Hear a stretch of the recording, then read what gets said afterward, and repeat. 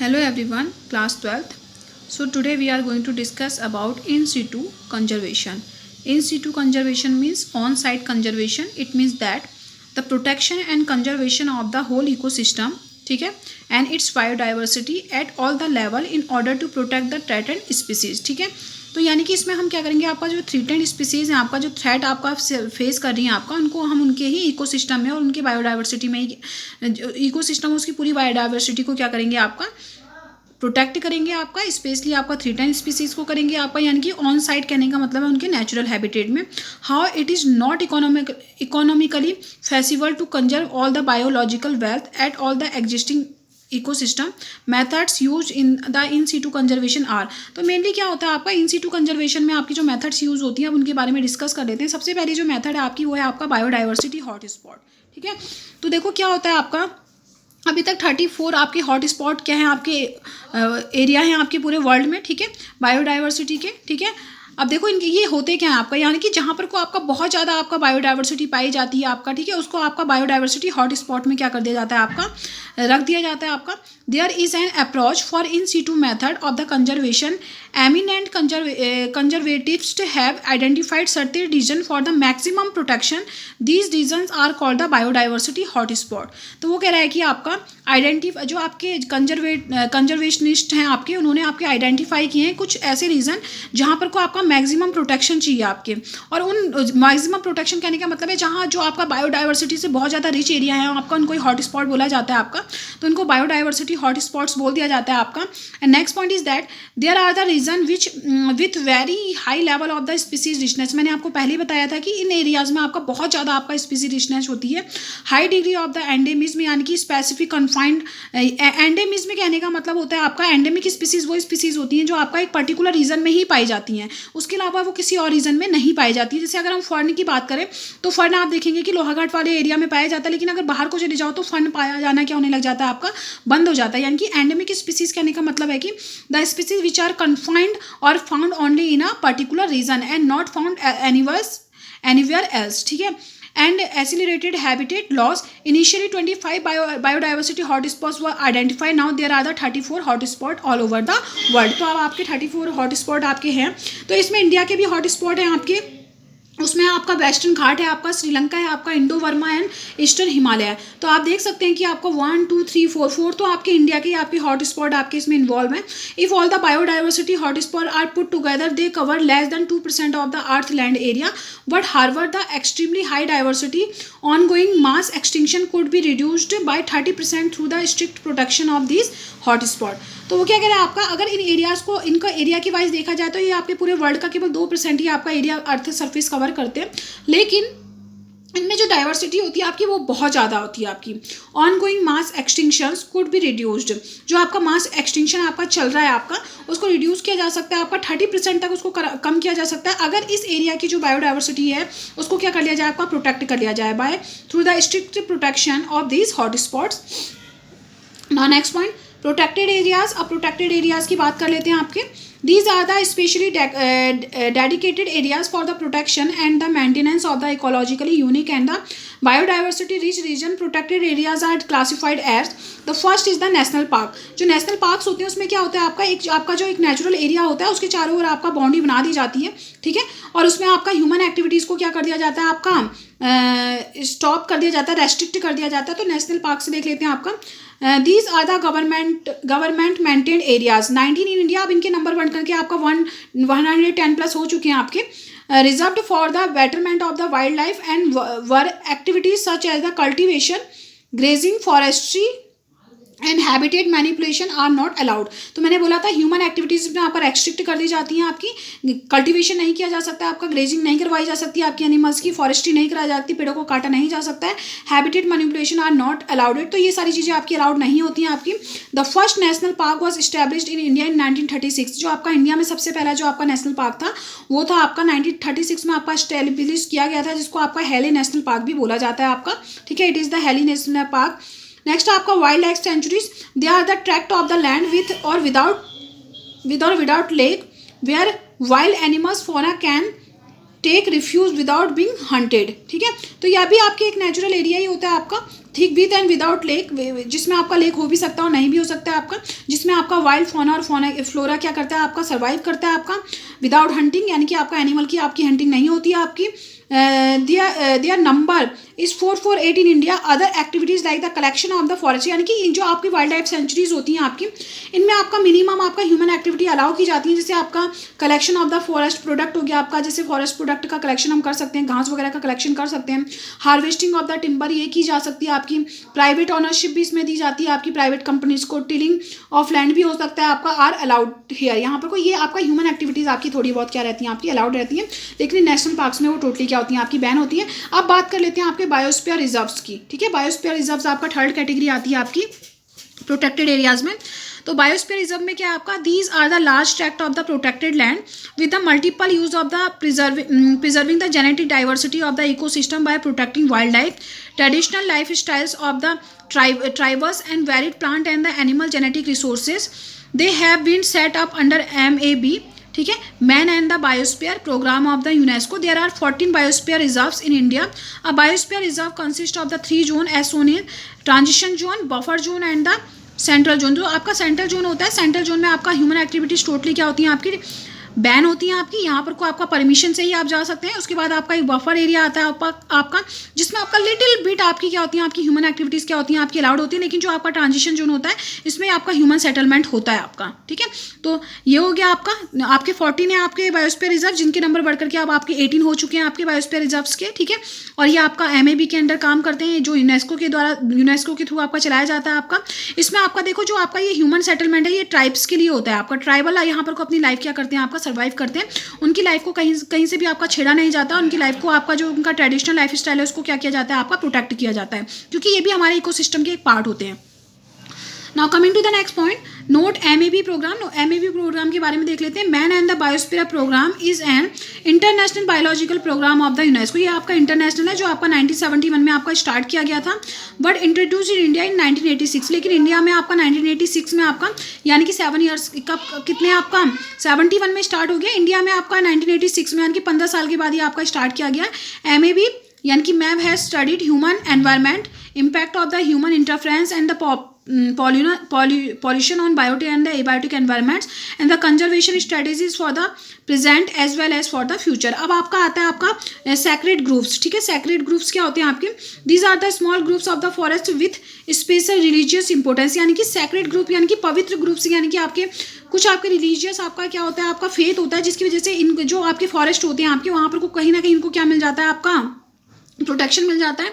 These are the small group of the forest with the special religious importance. आपका religious importance की उसमें आपका in a particular culture and also of the mythological importance. मैंने आपको बताया ना, धर्म से रिलेटेड होता है आपका, तो कुछ लोग की मान्यता होती है और वो क्या करते हैं आपका, कुछ फॉरेस्ट को आपका प्रोटेक्ट करने लग जाते हैं, उनकी पूजा करने लग जाते हैं। These are undisturbed forest without any human interventions and include a number of the rare, endangered and the endemic species। आपका इसमें rare, endangered और endemic species पाई जाती हैं आपकी।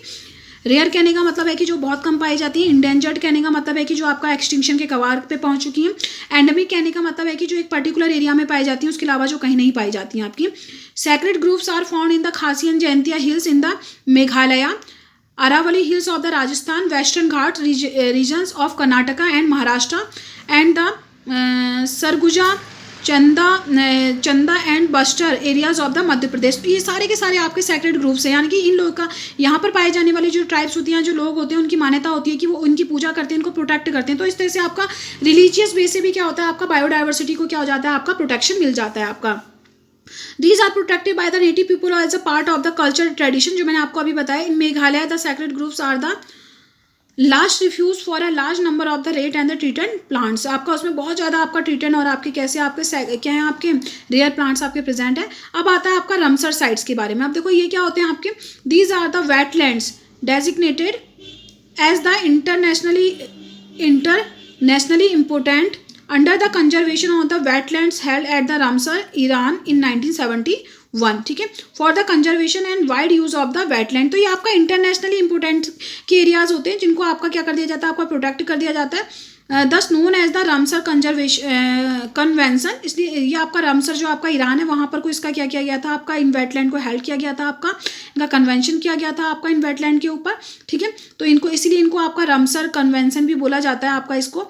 The wise use of the wetland is defined as the maintenance of their ecological character achieved through the implementation of the ecosystem approaches within the content of the sustainable development. Sustainable development कहने का मतलब है कि आपका किसी चीज़ का आपका ऐसे यूज़ किया जाए कि वो आपका अभी के लिए तो आपको मिले ही, साथ में आपकी फ्यूचर जनरेशन में के लिए भी उसका क्या हो सके, आपका यूज़ हो सके आपके। It means wise use of the wetland and the resources for the benefit of the Mankind, human kind. यानी कि इसका मतलब यही है कि आपका जो वेटलैंड है उनका आपका ज़्यादा से ज़्यादा उनके रिसोर्सेज का आपका एक सस्टेनेबल वे में क्या किया जा सके, आपका ह्यूमन काइंड के लिए आपका यूज़ किया जा सके। There are 26 Ramsar sites in the India. Some of these are the Asthamudi wetland Kerala, Samvar Lake Rajasthan, Chilka Lake Odisha, Renuka wetland Himachal Pradesh, ठीक है। तो ये आपके वेटलैंड्स हैं आपके, ठीक है। तो क्या आपका दीज आर द वेटलैंड्स, आपको पता है कि वेटलैंड्स होते हैं आपके जहाँ फार्मिंग वगैरह की जाती है, designated at the internationally important under the convention on the wetland held in the Ramsar. Iran में आपका रामसर में आपका एक इंटरनेशनल आपका कन्वेंशन किया गया था आपका, जिसमें क्या था आपका जो आपका वेटलैंड है आपके उनको आपका इंटरनेशनल इंपोर्टेंस, उनको आपका यानी कि अंतर्राष्ट्रीय क्या दे दी गई थी, आपकी विशेषता या महत्व प्रदान कर दिया गया था, ताकि उन एरियाज़ का आपका ज़्यादा से ज़्यादा आपका ह्यूमन मैनकाइंड के लिए क्या हो सके, आपका यूज़ हो सके आपका, और एक सस्टेनेबल वे में यूज़ हो सके। तो क्योंकि आपका रामसर ईरान में इसको इस्टेब्लिश किया गया था इस कन्वेंशन को, इसीलिए इसको क्या बोल दिया जाता है, आपका रामसर कन्वेंशन बोल दिया जाता है, ठीक है। ये तो हो गया आपका इन सीटू कंजर्वेशन। अब बात कर लेते हैं आपका एक्स सीटू कंजर्वेशन, यानी कि किसी भी इसमें तो क्या किया गया हमने इन सीटू में कि जो उनका नेचुरल हैबिटेट है उसी को प्रोटेक्ट, वहीं पर उनको प्रोटेक्ट कर दिया गया। अब बात है एक्स सीटू कंजर्वेशन में, यानी कि ऑफ साइट, यानी कि उनको उनके नेचुरल हैबिटेट से हटा करके आपका एक मैन मेड हैबिटेट में क्या करना, आपका प्रोटेक्ट करना। This approach involves placing the threatened animals and plant in the special care units for the protection. Ex situ conservation include the off site collection and the gene bank. वही हो गया आपका जो मैंने आपको बताया। फर्स्ट है आपका protection of the threatened species. It is done by the live collection of the wild and the domesticated species in the botanical garden. आपने बॉटनिकल गार्डन पढ़े थे, जिसमें आपका कोई बॉटनिकल गार्डन होता है, उसमें आपका एक्जॉटिक स्पीसीज भी होती हैं, आपका इंडियन स्पीसीज भी होती हैं। जूलॉजिकल पार्क्स हो गए आपके, जिसमें आपका एनिमल्स को प्रोटेक्शन दिया जाता है। वाइल्ड लाइफ हो गया आपके, सफारी हो गई आपकी। तो इंडिया में क्या आपके 355 पार्क हैं, आपके 355 पार्क्स हैं आपके, where animals with have been extinct in the wild are continue to be maintained and has 35 botanical garden where plant species are protected. यानी कि एनिमल स्पीसीज के लिए आपका जूलॉजिकल गार्डन है और प्लांट स्पीसीज के लिए क्या है, आपका बॉटनिकल गार्डन है या फिर जूलॉजिकल पार्क्स है आपका। अब है आपका next point, that is the protection of the gametes. Gametes का प्रोटेक्शन भी किया जा सकता है आपका। कैसे, आपका seed bank. The storage of the different genetic strains of the commercially important plant in the form of the seed is one of the most wild spread and the valuable XC2 approaches of the conservation of the conservational strategies। तो इसमें क्या जाता है, आपका seeds को आपका store कर लिया जाता है, आपका उनको आपका प्रोटेक्ट कर दिया जाता है ताकि वो फर्दर यूज़ हो सके आपके और नए प्लांट आपके जर्मिनेट हो सके। टिश्यू कल्चर के बारे में आपने पहले भी पढ़ा है आपका। Plant tissue culture is widely use to produce clones of a plant in a method known as the micro propagation. तो इसमें क्या किया जाता है, आपका जो प्लांट है उसका टिश्यू लेकर के, उसकी इवन एक सेल लेकर के क्या किया जाता है, उसको आपका आर्टिफिशियल मीडियम में आपका डिवाइड एंड रीडिवाइड करके ग्रो करवाया जाता है आपका, ठीक। उससे जो आपका न्यू प्लांट फॉर्म होते हैं वो आपका प्लांट के क्या होते हैं, आपके क्लोन होते हैं और आपस में भी एक दूसरे से सिमिलर होते हैं आपके, और इस मेथड को आपका माइक्रो प्रोपोगेशन बोला जाता है, टिश्यू कल्चर भी बोला जाता है आपका। This method is useful in the maintaining a large number of the genotypes in the small area. यानी कि एक स्मॉल एरिया में हम आपका लार्ज जीनोटाइप को क्या कर सकते हैं, आपका क्या कर सकते हैं, आपका रख सकते हैं। रैपिड मल्टीप्लिकेशन कराया जा सकता है, इंडेंजर्ड स्पीसीज को मल्टीप्लिकेशन कराया जा सकता है आपका इंडेंजर्ड स्पीसीज की, और फॉर हाइब्रिड रेस्क्यू किया जा सकता है, जैसे बनाना एंड पोटैटो हो गया आपके।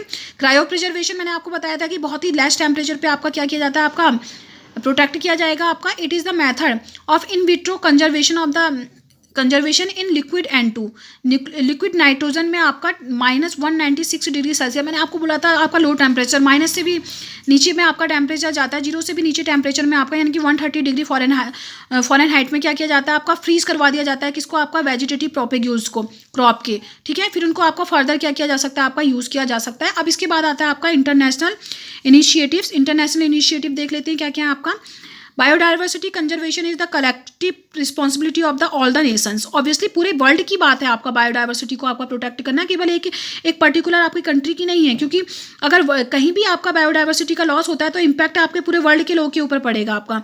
Convention on biological diversity the earth summit held in the Rio de Janeiro in 1992 called upon all the nations to take initiative in the biodiversity conservation।